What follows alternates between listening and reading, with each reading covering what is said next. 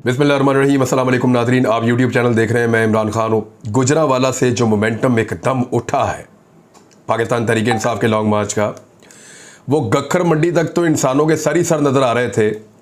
और ये एक ऐसा मोमेंटम है जिसको रावलपिंडी तक इमरान खान साहब ले जाना चाहते हैं। जितना वो लॉन्ग मार्च को स्लो करते हैं उतने ज़्यादा लोग लॉन्ग मार्च में शामिल हो जाते हैं।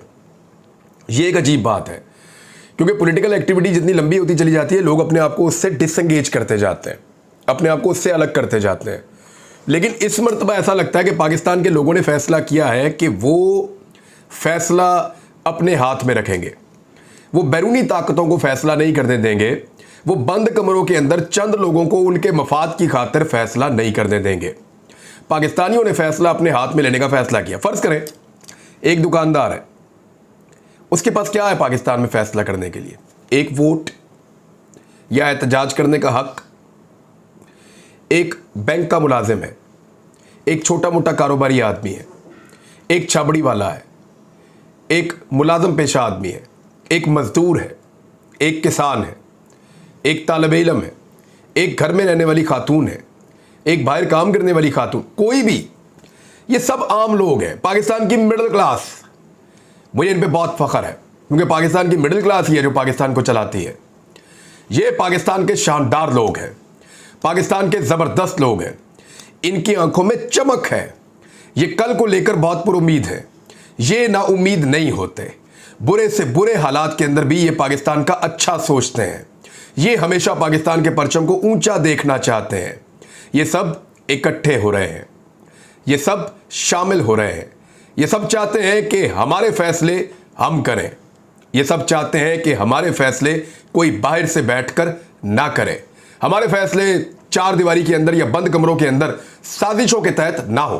हम वोट डालेंगे, हम वोट गिनेंगे, हम हुकूमत बनाएंगे, हम हुकूमत गिराएंगे, हम पाकिस्तान पर रूल करेंगे। ये इन लोगों की सोच है, और ये सोच बढ़ती चली जा रही है। उसकी वजह से आप देखें लॉन्ग मार्च का मोमेंटम नहीं टूट रहा। लोग बहुत बड़ी तादाद में इकट्ठे होते चले जा रहे हैं और लॉन्ग मार्च को स्लो करते जा रहे हैं, स्लो करते जा रहे हैं इमरान खान साहब। उसका रीज़न जो टेक्निकल है वो मैं आपको भी बता देता हूं ताकि आपको पता चल जाए। गक्खर मंडी के पास जाकर रुका है। मैं लाहौर से निकलूँ ना तो 1 घंटे में गक्खर मंडी पहुंच जाता हूं मैक्सिमम।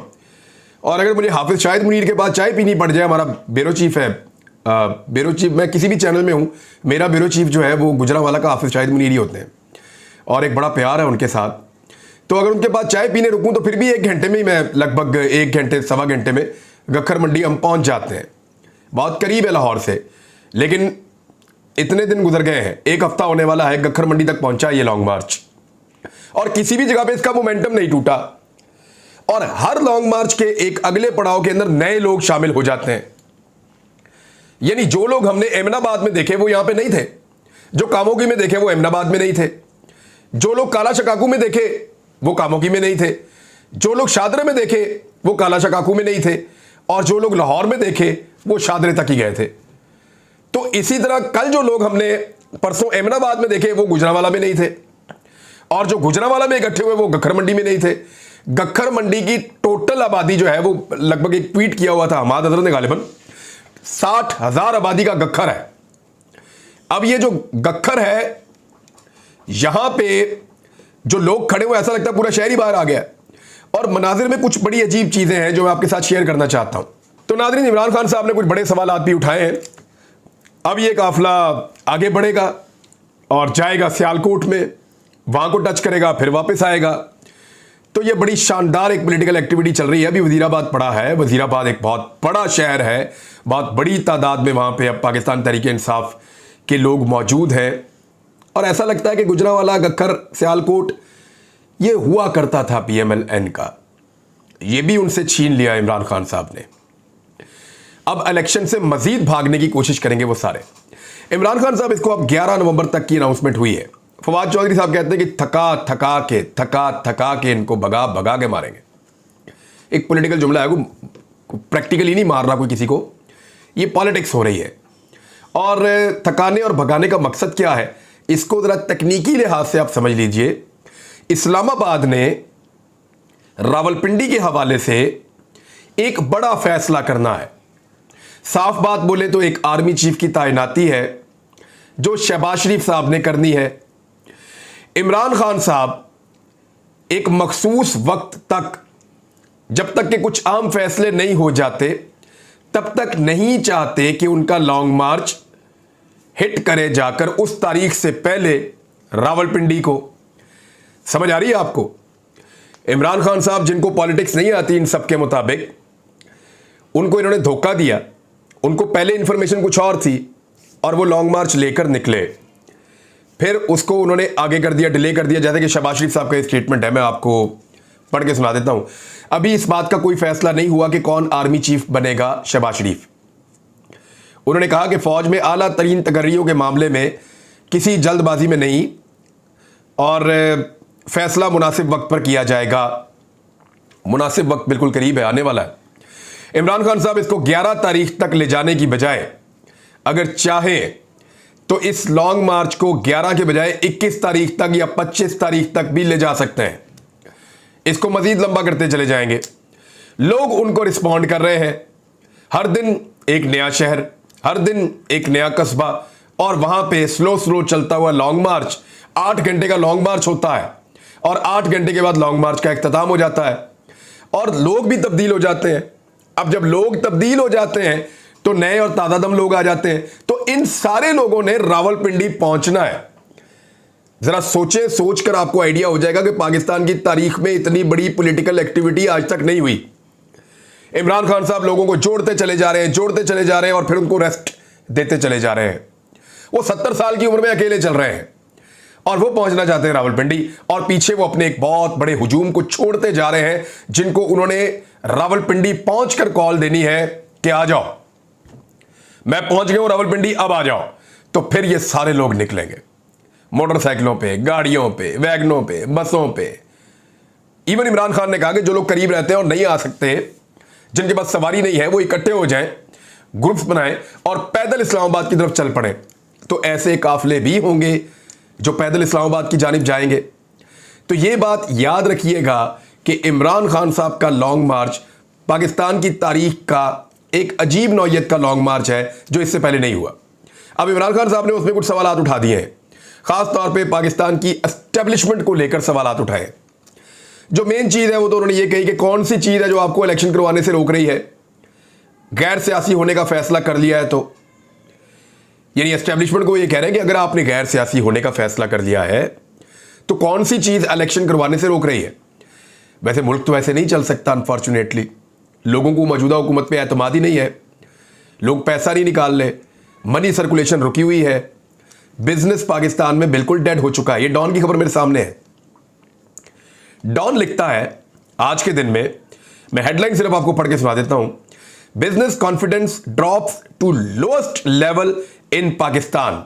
यह सर्वे हुआ है, यानी पाकिस्तान की तारीख में जो कारोबार करने का एतमाद है या बिजनेस का जो कॉन्फिडेंस है वो अपनी तारीख के लोएस्ट लेवल के ऊपर पहुंच गया है, यानी बदतरीन सतह पे पहुंच गया है। ना ऐसा परवेज मुशर्रफ के दौर में हुआ, ना नवाज शरीफ के दौर में हुआ, ना जरदारी के दौर में हुआ, ना पिछले किसी दौर में। कभी पाकिस्तान में ऐसा नहीं हुआ कि इतने लोअर लेवल के ऊपर कारोबार का कॉन्फिडेंस या बिजनेस कॉन्फिडेंस इस लोअर लेवल पे पहुंच गया हो। तो ये सारी चीजें अब हो रही हैं पाकिस्तान में, बदकिस्मती से। तो ऐसे तो मुल्क नहीं चल सकता। अगर मुल्क चलाना है तो फिर लोगों को कॉन्फिडेंस देना पड़ेगा, कॉन्फिडेंस देना है तो लोगों को वोट का हक देना पड़ेगा, लोग वोट डालेंगे, ऑटोमेटिकली कॉन्फिडेंस आ जाएगा। इमरान खान साहब ने पूछे हैं जी सवालात के 6 सवाल हैं जो मैं एस्टेब्लिशमेंट से पूछना चाहता हूं। ये 6 के 6 बड़े अहम सवाल हैं और ये सवाल वो हैं जो हम सबके दिमागों में भी हैं। पहला सवाल ये है कि जब डोनाल्ड लू ने पाकिस्तानी सफीर को धमकी दी और वो किसको पैगाम दे रहा था उस वक्त, वजीर आजम तो मैं था। यानी डोनाल्ड लू की जो धमकी थी, एक्चुअली तो पैगाम पाकिस्तान के वजीर आजम को आता है ना। तो डोनाल्ड लू किसको ये कह रहा था कि अगर इमरान खान की हुकूमत गिरा दी तो ठीक है, हम ताल्लुकात बना लेंगे, और अगर इमरान खान की हुकूमत ना गिराई तो फिर तुम्हें नताइज भुगतने पड़ेंगे। ये किसके लिए था पैगाम? इमरान खान तो वजीर आजम पाकिस्तान थे, पैगाम किसको दिया गया था? पहला सवाल इमरान खान साहब का यह है। दूसरा सवाल, अरशद शरीफ शहीद को कौन धमकियां दे रहा था और किसने उसको बाहर जाने पर मजबूर किया? वो कौन था जो अरशद शरीफ का मुंह बंद करना चाहता था? अहम तरीन सवाल है, हम सबको इसका जवाब पता है, बुला लें बता देंगे। तीसरा सवाल, कौन है जो सहाफियों का मुंह बंद करना चाहता है और कौन है जो आजादी इज़हार राय से खौफजदा है? 4 सहाफी मुल्क से बाहर जा चुके हैं। अरशद भाई भी बाहर से ही शहीद होकर पाकिस्तान वापस पहुंचे हैं। अब सहाफियों को कौन दबा रहा है सबको पता है, कहां से टेलीफोन आते हैं सबको पता है, कौन न्यूज चैनल्स को कंट्रोल करता है सबको पता है, न्यूज चैनल किस तरीके से कंट्रोल हो रहे हैं सबको पता है, जो कंट्रोल नहीं होता उसको निशाने इबरत कौन बनाता है सबको पता है, किस तरीके से पैमरा को कंट्रोल किया जा रहा है, किस तरीके से केबल ऑपरेटर्स को कंट्रोल किया जा रहा है, किस तरीके से सोशल मीडिया। सिर्फ एक चीज रह गई है ना, तो ये भी आप सुन लें, अभी खबर आ गई है, FIA को एक बार फिर सोशल मीडिया पर कार्रवाई का इख्तियार देने का फैसला कर लिया गया है। 7 साल तक अंदर डाल दिया जाएगा जो बंदा या जिसकी बात पसंद नहीं होगी अब। और ताज़ीरात पाकिस्तान की दफा 505 FIA एक्ट में शामिल कर दी गई है। ये मैंने आपको थोड़े दिन पहले भी बताया था कि जो बगावत पर उकसाने का मुकदमा होता है वो पाकिस्तान पीनल कोड में होता है, उसकी FIR पुलिस देती है। वो FIR कभी भी FIA नहीं देती, लेकिन वो इख्तियार चुप करके FIA को दे दिया गया है। पाकिस्तान पीनल कोड में भी मौजूद रहेगा, पुलिस भी कर सकती है, FIA को भी दे दिया गया है ताकि वफाकी हुकूमत मनमानी कर सके। नंबर 1। नंबर 2, सोशल मीडिया के ऊपर मवाद पे किसी सारिफ के खिलाफ कार्रवाई की जा सकेगी और सारिफ को 7 साल तक कैद की सजा दी जा सकेगी। अब जरा गौर करें, थोड़ा अरसा पहले जब इमरान खान साहब के दौरे हुकूमत में एक कानून बन रहा था तो पाकिस्तान के सारे मीडिया ने यह कहा कि नहीं, ये कानून गलत है, ये फाशिस्ट है, ये नहीं होना चाहिए। हम सब ने आवाज भी उठाई थी और आवाज उठाकर यह कहा था कि जो सिविल लॉज हैं वहां पे लेकर जाए ना, जो पूरी दुनिया का सिस्टम है उसके मुताबिक पाकिस्तान बनाए, कि आप सिविल कोर्ट में ले जाए, जाके आप हर्जाने का दावा करें, जुर्माने का दावा करें, उन लोगों के खिलाफ कानूनी कार्रवाई का तकाजा करें। तो जो तरीका पूरी दुनिया में राइज है वही तरीका पाकिस्तान में लगाया जाए। ये क्या है कि आप इदारों को इस्तेमाल करते हुए किसी भी बंदे को उठाएं, 7 साल उसको अंदर कर दो, 4 साल उसको अंदर कर दो। तो ये इस तरीके से जुल्म और जबर की एक नई दास्तान लिखने की तैयारी की जा रही है।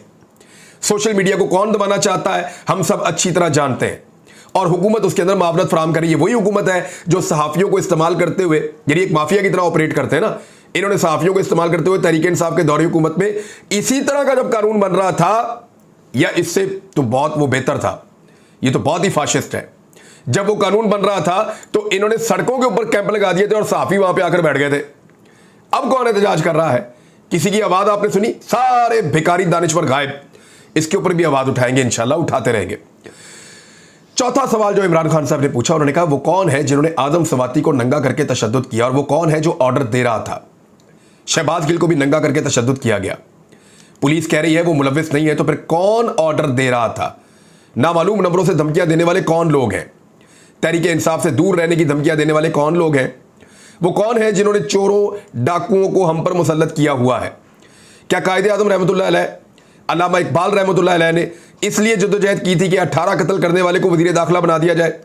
क्या पाकिस्तान इसलिए बना था कि पाकिस्तान के भगोड़ा मफरूर मुजरिम लंदन में बैठकर ऑर्डर कर रहा है? कौन आर्मी चीफ बनेगा?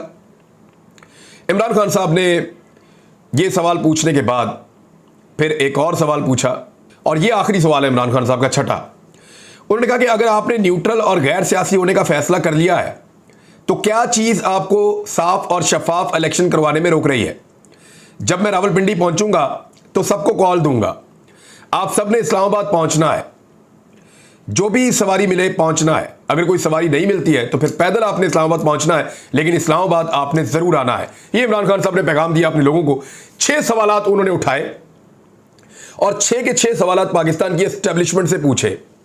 ये वो 6 सवालात हैं जिनके जवाब मौजूद नहीं है। और भी बहुत सारे सवालात हैं, बहुत सारे सवालात हमारे दिमाग में हैं जो हम बार बार पूछते हैं कि कल आप ये चोर थे, डाकू थे, लुटेरे थे, इन्होंने मनी लॉन्ड्रिंग की हुई थी, ये मुल्क के दुश्मन डिक्लेयर किए गए थे, इनके इंडियंस के साथ कारोबार है।